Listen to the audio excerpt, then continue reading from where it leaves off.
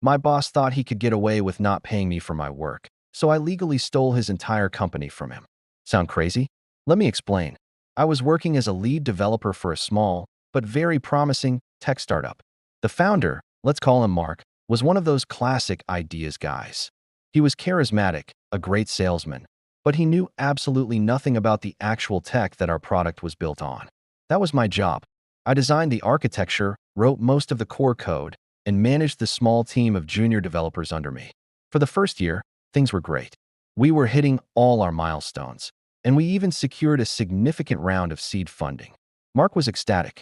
He started talking big, making promises to investors about rapid expansion and features that didn't even exist yet. I warned him that we needed to be realistic, that our timeline was already aggressive. He just waved me off and said, "That's why I have you, my tech genius.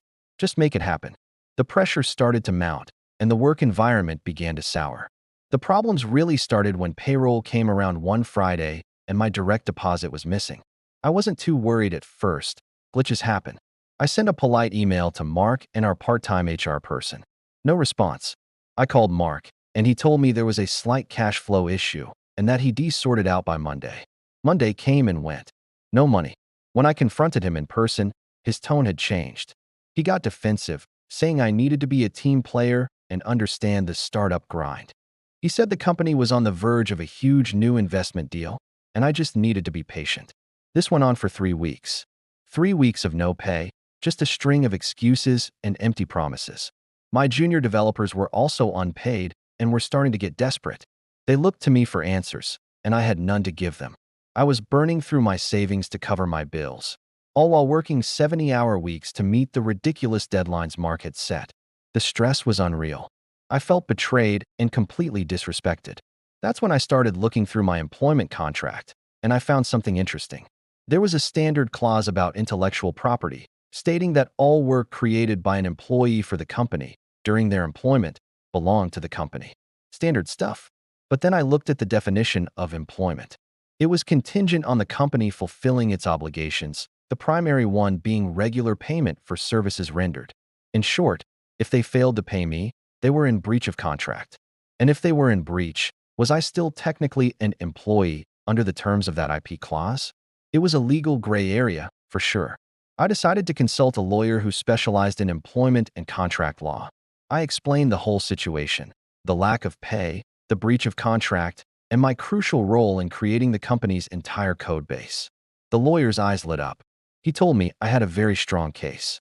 He said that because the company had fundamentally broken the employment agreement, it could be argued that any work I produced asterisk after asterisk the initial breach was my own personal intellectual property, not the company's. Especially since I had documented proof of me repeatedly asking for my rightful pay and being ignored. So, I formed a plan. It was time for some malicious compliance. Mark kept telling me to just keep working and make it happen. So that's exactly what I did. I told my junior devs to stop all work on the main company servers. Instead, I had them work with me on a parallel version of our software, hosted on my own private servers. We spent the next 2 weeks not just working, but improving. We fixed bugs that had been on the back burner for months. We optimized the code, making it faster and more efficient. We even added a couple of new, highly requested features that Mark had promised investors. We were essentially building a superior version of the company's only product, all while not being paid. During this time, Mark was completely oblivious. He was too busy whining and dining potential Series A investors. He'd pop his head in, see us all typing furiously, and just smile, thinking his pep talks about the startup grind had worked. He had no idea we were working on a completely separate build. The day of the big investor meeting arrived. This was the meeting that was supposed to secure millions of dollars for the company. Mark had been bragging about it for weeks. He planned to do a live demo of the software, showcasing all its amazing capabilities to seal the deal. About an hour before the meeting, he came over to my desk, all smiles. "Showtime," he said. "Make sure everything is running perfectly. This is our big moment." I just nodded and said, "You got it, boss." He went into the conference room to set up. A few minutes later, I heard a panicked shout. "What is going on? The system is down. It's not working." I walked calmly into the conference room, where Mark was sweating and frantically clicking his mouse. The investors were looking on, unimpressed.